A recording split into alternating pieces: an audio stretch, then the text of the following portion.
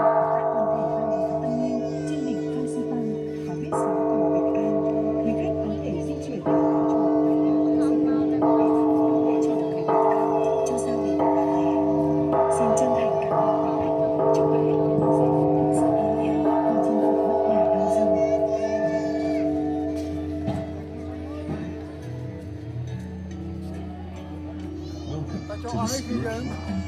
cho mà bà đá ấy bảo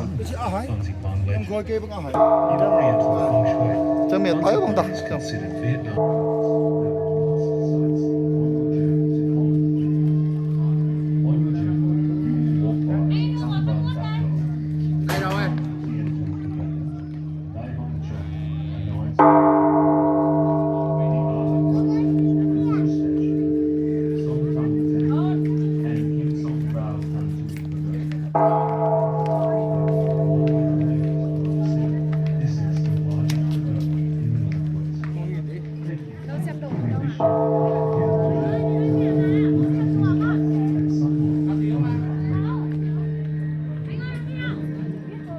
lên một lên sao mà đo này bạn lươn mà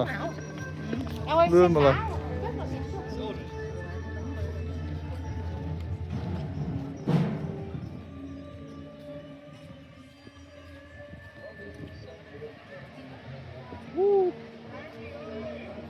thật mình mơ khơi lỡ mơ lên khơi một bao mà nó tập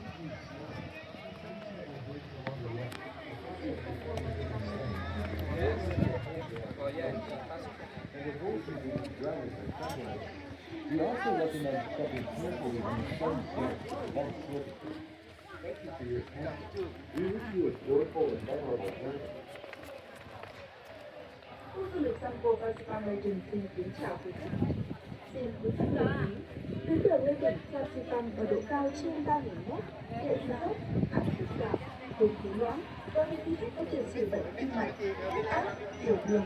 sức khỏe yếu, không đảm bảo. mày không coi được anh người nhỏ Để đảm bảo an toàn cho tiền tay ơi Cô tôi mày chơi như đó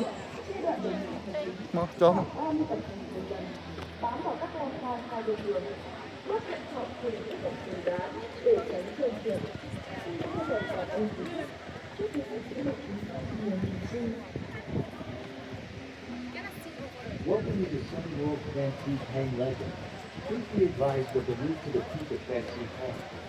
at an altitude of over 3,000 meters,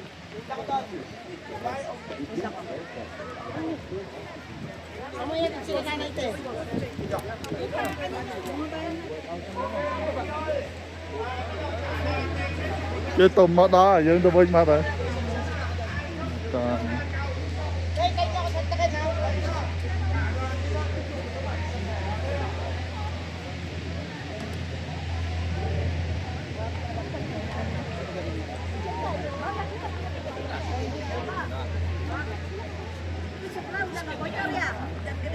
contoh lokot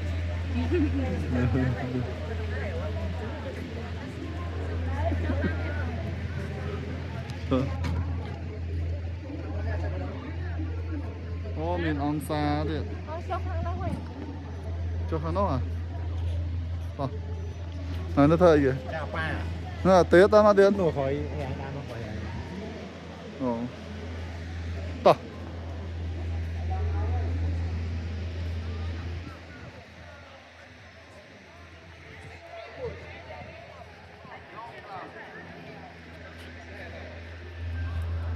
I was here in Vietnam before 3 months. Now I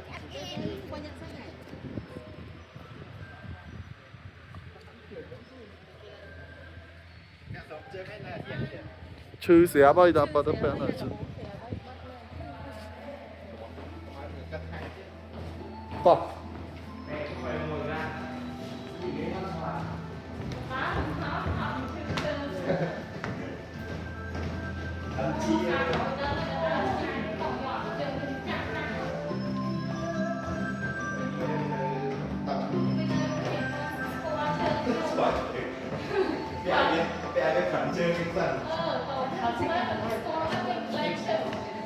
này họ còn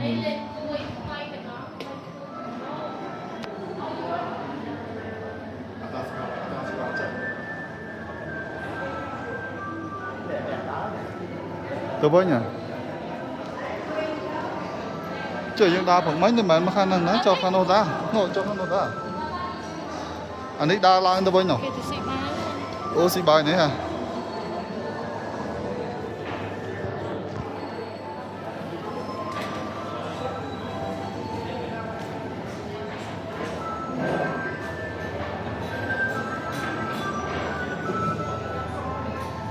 អានេះមែនទេកន្លែងដើរបន្ទប់ទឹកដែរនេះយើងទៅដល់វិញ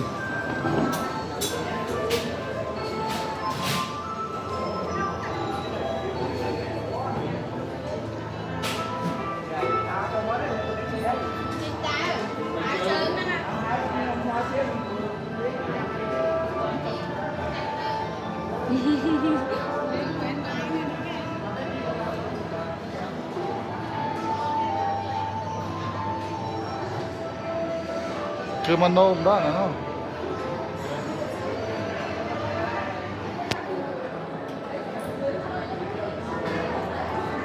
ឡើងតាមនេះក៏បានតែមិញទៅ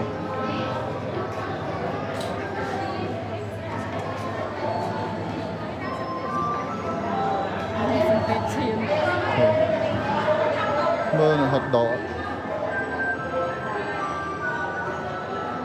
អូនេះសាច់ក្រអាំងមកចង់ស៊ីហ្នឹង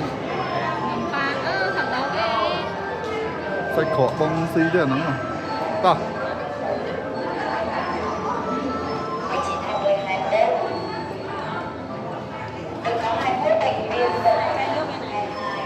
thôi nó té nó sạch khổ lơi nó mở mau bái ra nào phi ăn nào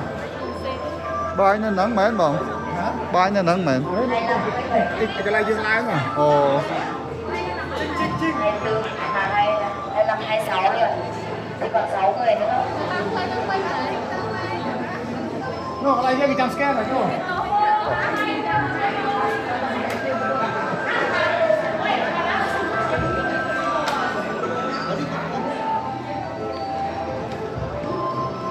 Ồ, trên tam đây vẫn à